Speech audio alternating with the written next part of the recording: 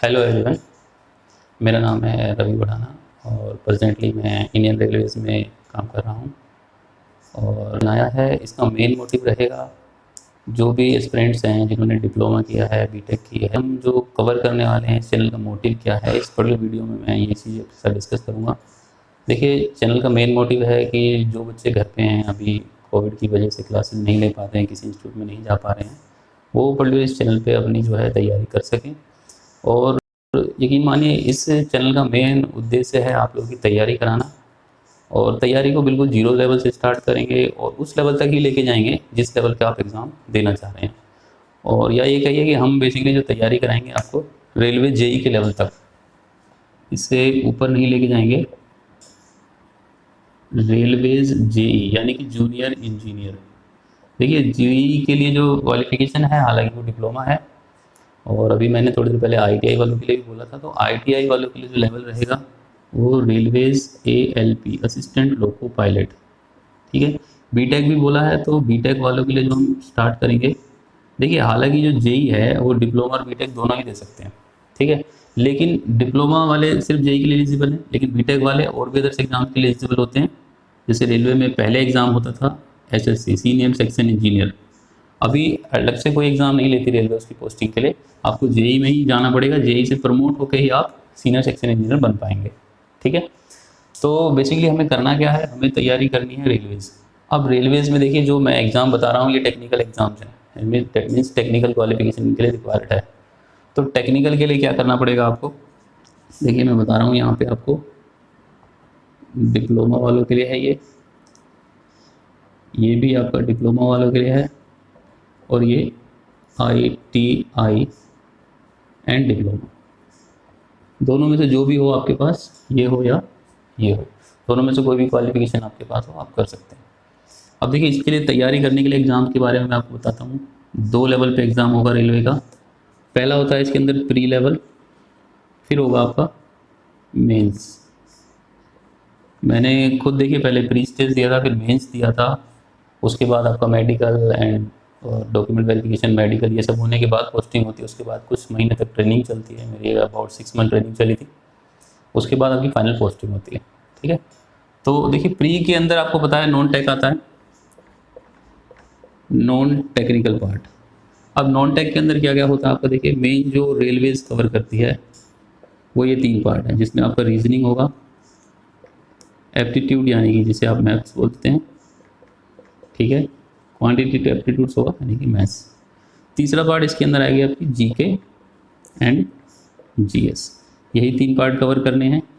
अब फोर्थ में लिख रहा हूँ, लेकिन वो थर्ड का ही पार्ट मानिए आप, जिसके अंदर आती है आपकी जनरल साइंस। अब ये साइंस कौन सी है, 10th लेवल की आपकी physics, chemistry and biology. Pre के अंदर, प्री एग्ज़ाम्स की, ठीक है, प्री आप क्वालिफाई करेंगे तभी आप मेंस के लिए जाएंगे। और मेंस के अंदर जो मेन है वो है आपका टेक्निकल पार्ट। इस टेक्निकल पार्ट में देखिए हम जो कवर करने वाले हैं पर्टिकुलर चैनल के ऊपर, ईसीई एंड इलेक्ट्रिकल, ये 2 ब्रांच है। साथ में इंस्ट्रूमेंटेशन भी आप कवर हो जाएगी। इवन अगर कंप्यूटर्स की बात करें तो सीएससी भी इसके अंदर कवर होगी। डेट मीन्स ये 4 ब्रांच है आप इसके अंदर कवर हम कराएंगे। यानी कि इन 4 ब्रांचेज में अगर आपने डिप्लोमा, बीटेक, आईटीआई कुछ भी किया हुआ है, तो जो टेक्निकल पार्ट है वो हम पूरा आपको प्रिपेयर कराएंगे, और साथ साथ ये वाला पार्ट भी। बट हमारा जो मेन फोकस है, क्योंकि टेक्निकल चैनल है, तो टेक्निकल पार्ट को आपको स्ट्रॉन्ग बनाना है।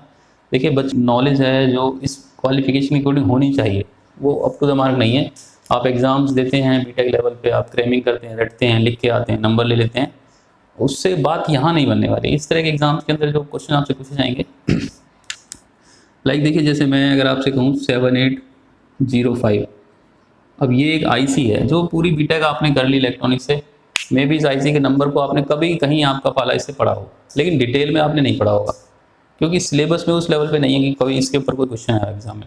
बट प्रैक्टिकल अगर आपने अच्छे से किया तो आपको पता होगा ये आईसी क्या करती है, इसका मतलब क्या है। और एग्जाम में आपसे ऐसे ही क्वेश्चन पूछेगा कि भाई इस आईसी में इस 05 का क्या मतलब है, 5 वोल्ट, इस 78 का मतलब क्या है, पॉजिटिव 5 वोल्ट की सप्लाई देने के लिए हम इसको यूज़ करते हैं।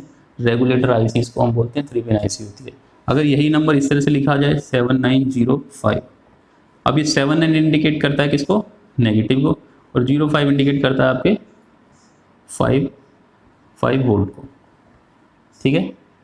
तो ये पॉजिटिव के लिए हो गया और ये नेगेटिव के लिए हो गया। ये वैल्यूज़ बताता है। अगर कोई पूछे आपसे अब 7812 how much voltage will be generated by this IC, ये आईसी कितनी वोल्टेज जनरेट करेगी, तो आपको बताना है +12 वोल्ट, ठीक है। तो ये छोटे छोटे से कंसेप्ट, अब देखिए हम जब इस चैनल पे तैयारी कराएंगे आपको, तो हमारा मोटिव ये नहीं रहेगा कि आपको थ्योरेटिकली रटना है, कुछ क्रैम करना, कुछ नहीं, सिर्फ उस लेवल पे कराएंगे आपको तैयार कि जिससे सारे ऑब्जेक्टिव क्वेश्चंस आपके दिमाग में चलते रहें। ज़्यादा मेहनत नहीं करनी है, स्मार्ट वर्क करना है, ठीक है। हार्ड वर्क आप ऑलरेडी बीटेक डिप्लोमा में कर चुके हैं रिटर्न कर करके, अब आपको एमसीक्यू तैयार करने हैं खाली। हमारा जो मेन फोकस रहेगा वो एमसीक्यूज़ पे रहेगा, बस इन क्वेश्चंस के ऊपर। और हम इसमें डिस्कस करेंगे रेलवे से संबंधित सारे एग्जाम्स के क्वेश्चंस को। पिछले 8 से 10 साल में जो भी पेपर हुए हैं उनमें जो क्वेश्चंस आए हैं उनको आप देखिए अपने आप करेंगे। जब एक बार हम टॉपिक कवर करेंगे उसके बाद जो क्वेश्चंस करेंगे आपको लगेगा हाँ हमें सारे क्वेश्चंस अपने आप ही हो पा रहे हैं, ठीक है। प्लान को डिस्कस कर लेते हैं कि आप लोगों के साथ हम किस तरह से आगे बढ़ने वाले हैं। तो सबसे पहला हम सब्जेक्ट स्टार्ट करने वाले हैं, अभी नहीं कर रहे हैं इस वीडियो में, नेक्स्ट वीडियो में आपको मिलेगा DE डिजिटल इलेक्ट्रॉनिक्स, ठीक है। सभी जिन्होंने भी ये 4 ब्रांचेस में डिग्री डिप्लोमा लिया है सब्जेक्ट के बारे में जानते होंगे। सबसे आसान सब्जेक्ट बताते हैं और सबसे इंटरेस्टिंग है, सबसे बेसिक है, और आपका बेस ये बनाने वाला है। जितनी भी चीज़ें हम आगे पढ़ने वाले हैं उसके लिए यहाँ से आपका बेस बनेगा। और रेलवे के एग्ज़ाम की मैं बात करूँ तो 2 से लेकर 4 नंबर तक आप मान के चलिए, मिनिमम 2 से 4 मार्क्स इसके अंदर आपके क्वेश्चन आपसे पूछे जाने वाले हैं। और अगर देखिए यहाँ आपने गलत कर दिए, ठीक है, एग्ज़ाम में एक बात मैं आपको बता देता हूँ, किसी भी तैयारी को जब आप करते हैं तो जो टफ़ क्वेश्चन एग्ज़ाम के अंदर आता है वो टफ़ सभी के लिए टफ़ है। वो आप नहीं कर पाते हो, छोड़ देते हो, गलत हो जाता है, इट डजेंट मैटर, वो सभी का गलत हो रहा है। लेकिन एक आसान क्वेश्चन जो 90% लोगों को आता है, अगर आपसे वो गलत हो गया तो वो डेफिनेटली आपको पीछे करने वाला है। तो ईजी क्वेश्चंस को कभी भी गलत नहीं करना है, ठीक है। और ये सब्जेक्ट क्या है, आसान सब्जेक्ट है। इसमें अगर आपकी पकड़ नहीं बन पाई है, इसमें आपकी कहीं भी कमी रह गई है, ये 4 में से अगर आपने एक भी गलत किया तो ये बड़ा फॉल्ट होगा आपका। तो DE के अंदर देखिए हम धीरे धीरे शुरुआत करेंगे। DE के लिए हम करीब 30 मिनट्स के ये लेक्चर आपके पास डालेंगे। 30 मिनट का एक लेक्चर होगा और करीब करीब 10 लेक्चर्स इसके अंदर, 10 लेक्चर्स के अंदर हम इसको डिजिटल इलेक्ट्रॉनिक्स को कंप्लीट करेंगे। उसके बाद देखिए वैसे प्लान रहेगा कि मंडे टू फ्राइडे डेली आपको, मंडे टू फ्राइडे क्या है, रेगुलर क्लासेज रखेंगे। सैटरडे एंड संडे 2 दिन हम देखिए इसकी रिवीजन करेंगे। जो भी इस वीक में हमने पढ़ाई करी है उसकी क्या होगी, रिवीजन होने वाली है। जितना भी हमने मंडे टू फ्राइडे में डिस्कस किया होगा 4-5 दिनों के अंदर, उनको फिर हम सैटरडे संडे को रिवीजन करेंगे। तो इन केस अगर आप मंडे टू फ्राइडे कभी मिस कर जाते हैं, आपको टाइम नहीं मिल पाता, या उनको देखने के बाद आप रिवीजन कर लेते हैं, रिवीजन वाले लेक्चर्स को देख लेते हैं, तो फिर आपकी समझ लीजिए कि पूरी तैयारी प्रॉपर चल रही है। इसके साथ साथ देखिए हम एक टेस्ट सीरीज़ अभी नहीं कंडक्ट करेंगे, बाद में हमारा प्लान है एक टेस्ट सीरीज़, देखिए फ्री होगी, फ्री टेस्ट सीरीज़,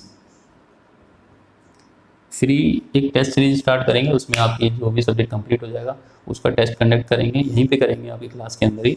और उससे आपको अगर आप ईमानदारी से करेंगे घर पे बैठ के तो आपको पता चल जाएगा आपकी तैयारी कैसी हो पाई है। और देखिए वैसे बेसिक जो मोटिव है, आजकल वैसे बहुत सारे चैनल्स हैं अवेलेबल यूट्यूब के ऊपर, बट हमारा जो मेन फोकस रहेगा वो टेक्निकल पार्ट पे रहेगा और आपके गवर्नमेंट एग्ज़ाम्स को क्लियर कराने के लिए रहेगा। मैंने खुद ने क्लियर किया है तो आई होप कि मैं चाह रहा हूँ कि आप लोग भी क्लियर करें। और देखिए गवर्नमेंट जॉब के बाद एक थोड़ा सा मेंटली आप थोड़े से स्टेबल हो जाते हैं, तो हमारा भी, मुझे लगा कि मेरा भी